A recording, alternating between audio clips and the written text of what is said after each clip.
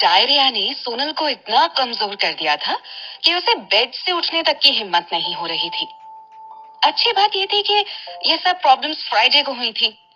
Saturday और Sunday को university बंद रहने की वजह से उसे 2 दिन रेस्ट करने का वक्त मिल गया था।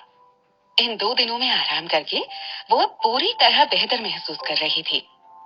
संडे के दिन जब वो खाना बनाने लगी तो सिद्धार्थ ने उस पर तरस खाते हुए उसे आगे से 10 के बजाय केवल 4 डिशेस और सूप बनाने को कहा। उसमें भी वो ये बात ऐड करना नहीं भूला कि वो ये सब सिर्फ खाने की बेवजह होने वाली बर्बादी को रोकने के लिए कर रहा है। सोनल उसकी इस मौसी को कुछ और ना समझी। वजह चाहे जो भी हो, मगर सोनल के लिए ये बहुत राहत भरी बात थी। कम खाना बनाने से न केवल उसकी एनर्जी और टाइम बचते, बल्कि साथ में उसके पैसे भी बचते। सो कुल मिलाकर वो बहुत खुश थी। नेक्स्ट डे कॉलेज में लंच टाइम में कैंटीन में वो और आलिया दोनों साथ में बैठकर लंच कर रही थी। मगर आलिया का मुंह लटका हुआ था। खाने के बजाय वो बार बार अपनी प्लेट की तरफ देखकर आहें भर रही थी। क्या हुआ है तुझे? ऐसे मुंह लटका कर क्यों बैठी है? सोनल ने उसकी तरफ देखते हुए पूछा। जवाब में आलिया फिर से एक गहरी सांस लेती हुई बोली, मुझे तो लगा था अब और कुछ नहीं तो कम से कम रेस्टोरेंट का ही खाना खाने को मिलेगा, मगर मेरा बैड लक देख, वापस अब मुझे इस कैंटीन का बकवास सा खाना खाना पड़ेगा। दरअसल इतने दिनों से आलिया को भी सोनल के घर से लाए हुए खाने को खाने की इतनी आदत हो गई थी कि वो यहाँ कॉलेज कैंटीन का खाना खाना तो जैसे भूल ही गई थी। आई एम सॉरी यार, बट तुझे पता भी है वो सब बनाने में मुझे कितने घंटे लग जाते थे। हर रोज इतना सारा खाना बनाते बनाते मेरी तो हालत खराब हो गई थी। सोनल ने खाना खाते हुए जवाब दिया। अरे नहीं, मैं तुझसे कोई कंप्लेन नहीं कर रही हूँ। In fact I am so happy कि अब तुझे इतना सारा काम नहीं करना पड़ रहा है। मगर इन सब में मेरे इस बेचारे छोटू से पेट को ना बहुत तकलीफ होने वाली है, आलिया ने रोनी सूरत बनाते हुए कहा। Just shut up drama queen, Sonal ने हंसते हुए कहा।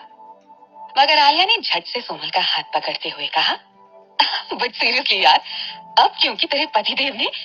ये सुनते ही सोनल ने गुस्से में आलिया को आंखें दिखाई तो आलिया ने झट से अपनी जुबान को दांतों के नीचे दबाते हुए हल्की सी स्माइल के साथ कहा, आई मीन तेरे होने वाले पतिदेव ने तुझ पर तरस खाकर अब तेरे ऊपर से काम का प्रेशर इतना कम कर दिया है, तो क्या तू अपने फ्रेंड पर तरस खाकर इतना सा भी नहीं कर सकती?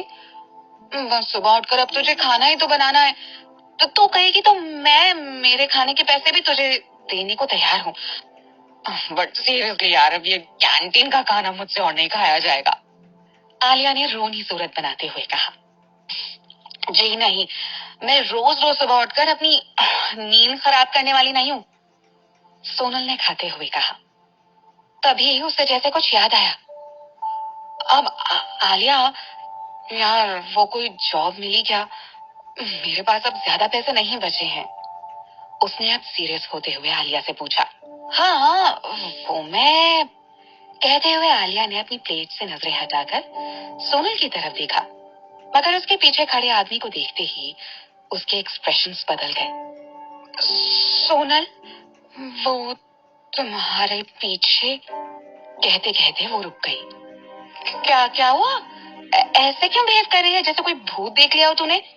कहते हुए सोनल अपने पीछे देखने को मुड़ी, मगर सामने खड़ी शख्स को देखते ही उसकी आंखों में गुस्से की एक लहर सी दौड़ गई। सोनल, मुझे बात करनी है तुमसे, उसने सोनल की आंखों में देखते हुए कहा। बोलो, क्या बात है? सोनल ने अपनी नजरें फेरते हुए कहा। वो दोनों इस वक्त कैंपस गार्डन में एक पेड़ के नीचे खड़े थे। कॉलेज में कोई तमाशा खड़ा ना हो, इसलिए सोनल नमम को अपने साथ यहाँ ले आई थी। यहाँ आसपास कोई नहीं था। 2-4 स्टूडेंट्स जो थे वो भी अपने आप में ही मस्त नजर आ रहे थे। नमम को ऐसे अचानक यहाँ आया देखकर सोनल को हैरानी जरूर हुई थी, मगर खुशी बिल्कुल भी नहीं हुई थी। सोनल, मैं जानता हूँ तुम मेरा चेहरा भी नहीं देखना चाहती हो, मगर तुम मेरी बचपन की दोस्त हो। सो So I have to care for you, right? And that's why I'm here to meet you. नमम ने सोनल की तरफ देखते हुए कहा। उसकी बात सुनकर सोनल को हंसी आ गई। वाकई जो धोखा नमम ने उसे दिया था, उसके बाद एक बार आकर ये देखना तो बनता ही था कि सोनल अब किस हालत में रह रही है। नमम, वो वक्त और था जब मैं तुम्हारी हर बात पर आंखें मूंद कर भरोसा कर लिया करती थी।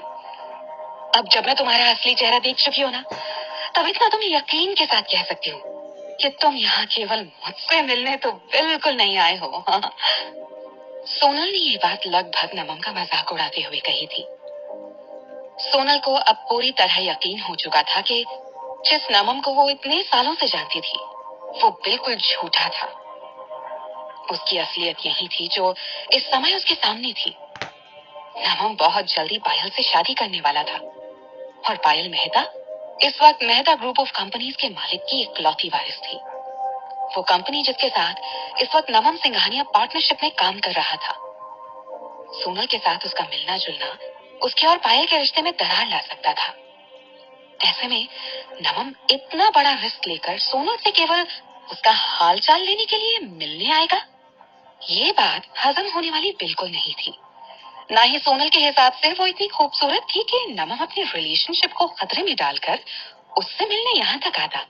आफ्टर ऑल, वो उसे तब से चीट कर रहा था जब पूरी प्रॉपर्टीज के साथ साथ मेहता ग्रुप ऑफ कंपनीज की ओनरशिप भी सोनल के नाम पर थी। जाहिर सी बात है, पायल ने उसे अपनी खूबसूरती की जाल में ही फंसाया था।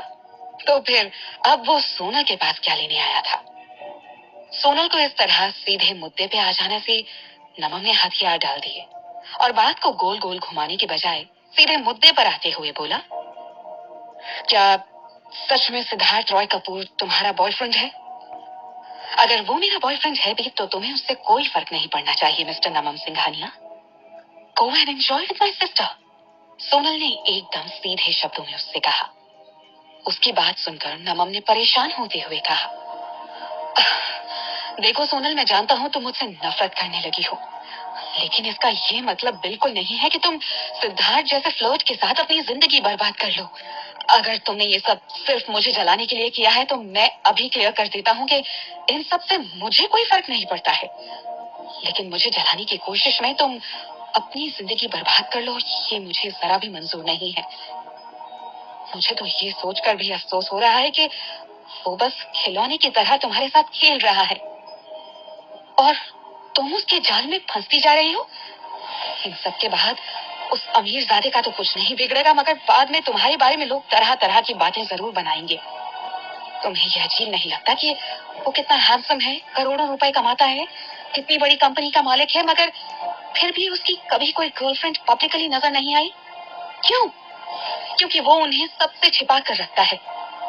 मगर मैंने उड़ती उड़ती सी खबर सुनी है कि उसकी एक गर्लफ्रेंड है जिसे वो आज से नहीं कई सालों से अपनी जान से भी ज्यादा प्यार करता है। बाकी तुम खुद ही समझदार हो ये जानने के लिए कि तुम्हारी औकात उसके घर में क्या है। Enough! सोनल गुस्से में भरकर चिल्लाई। देखो नमन, अगर तुम इतनी दूर मुझसे ये सब कहने आए हो, then thank you very much for your advice, लेकिन मैं सिद्धार्थ के साथ हूँ या नहीं हूँ, इससे तुम्हारा कोई लेना देना नहीं है। और हाँ, ये जो तुम मुझे उसकी गर्लफ्रेंड के किस्से सुना रहे हो, तो मैं पहले ही तुम्हें क्लियर कर दूं कि मैं किसी भी बात से अनजान नहीं हूँ। तुम्हारे मुझे ये सब बताने से पहले मुझे इस बारे में पता है, मगर फिर भी मैं उसके साथ हूँ क्योंकि मैं खुद उसके साथ रहना चाहती हूँ। सो प्लीज अपनी ये फ्रेंडली एडवाइस अपने पास रखो, because I don't need it. इतना कहकर सोनल जैसे ही जाने के लिए मुड़ी, नमन ने उसकी बाहें पकड़ते हुए उसे जबरदस्ती रोक लिया। हो, तो इसका मतलब मेरी बिजनेस डील बर्बाद करने के लिए तुमने सिद्धार्थ को उकसाया था? नमन ने गुस्से में अपने दांत पीसते हुए कहा। क्या बकवास कर रहे हो तुम? सोनल नमन की पकड़ से छूटने की कोशिश करते हुए कसमसाई। हो प्लीज, इतनी भी भोली बनने का नाटक मत करो सोनल मेहता। उस रात सबने देखा कि सिद्धार्थ वहां किसी डिनर के लिए नहीं, बस मुझे परेशान करने के लिए आया था। और अब उसने सचमुच प्रभाकर के साथ कॉन्ट्रैक्ट साइन किया है। तुम्हें क्या लगता है कि मेरी समझ में नहीं आता कि ये सब करने के लिए तुमने उसे उकसाया है ताकि तुम अपना बदला मुझसे ले सको? हाँ,